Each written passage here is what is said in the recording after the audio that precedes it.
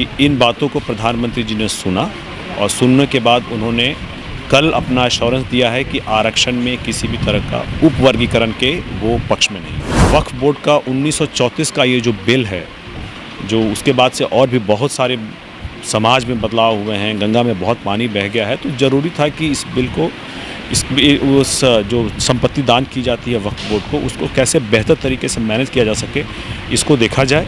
JPC को बना करके उसको सुपुर्द कर दिया है। वहाँ सारे पक्षों को सुना जाएगा, सब लोगों से बात होगी, सबकी राय विचार जानने के बाद ही फिर कोई अंतिम फैसला लिया जाएगा। नमस्कार, मेरा नाम कुमार गौतम है और आप देख रहे हैं इस वक्त NBC 24। हमारे साथ है अरुण भारती सर, सांसद हैं जमुई के। देश के ताज़ा हालात पर सर इन दिनों काफ़ी चर्चा हो रही है पूरे देश भर में। एक तो मामला SC/ST का है और दूसरा वक्फ बोर्ड का है, क्या कहेंगे सर आप? देखिए, सुप्रीम कोर्ट का जो डिसीजन आया, जो फैसला आया आरक्षण में उपवर्गीकरण का, हम उसके खिलाफ़ में हैं और हम लोग इस बात को लगातार प्रधानमंत्री जी के पास भी बहुत मजबूती से रख रहे थे। आपको ये हर्ष के बताते हुए हर्ष हो रहा है कि इन बातों को प्रधानमंत्री जी ने सुना और सुनने के बाद उन्होंने कल अपना एश्योरेंस दिया है कि आरक्षण में किसी भी तरह का उपवर्गीकरण के वो पक्ष में नहीं, और इसके लिए जो भी यथासंभव कदम उठाने होंगे वो सरकार उठाएगी। लगता है कि मोदी जी अब इस फेवर में जाएंगे? बिल्कुल फेवर में है। कल स्टेटमेंट आ गया है, आप अश्विनी वैष्णव जी का स्टेटमेंट देखिए कल।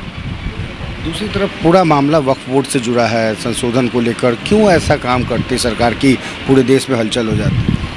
देखिए, सरकार का काम है कानून बनाना सभी के लिए।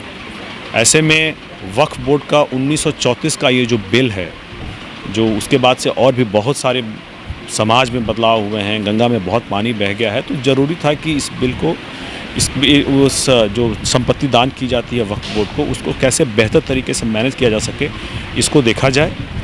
लेकिन हमारा साथ में ये भी मत था, हमारे राष्ट्रीय अध्यक्ष जी का मत था कि किसी तरह से अगर आप इस बिल को ला रहे हैं तो आप इस पे सारे पक्षों को सुने और पक्ष को सुनने के बाद एक वाइडर कंसल्टेशन होने के बाद फिर इस पे कोई अंतिम फैसला किया जाए।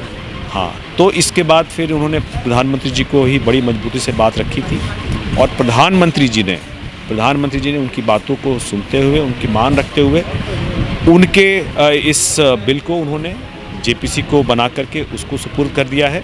वहाँ सारे पक्षों को सुना जाएगा, सब लोगों से बात होगी, सबकी राय विचार जानने के बाद ही फिर कोई अंतिम फैसला लिया जाएगा। इधर बिहार के जो ताज़ा हालात में आपराधिक घटनाएं काफ़ी बढ़ गई है, बहुत ज़्यादा, इसको लेकर क्या कहेंगे?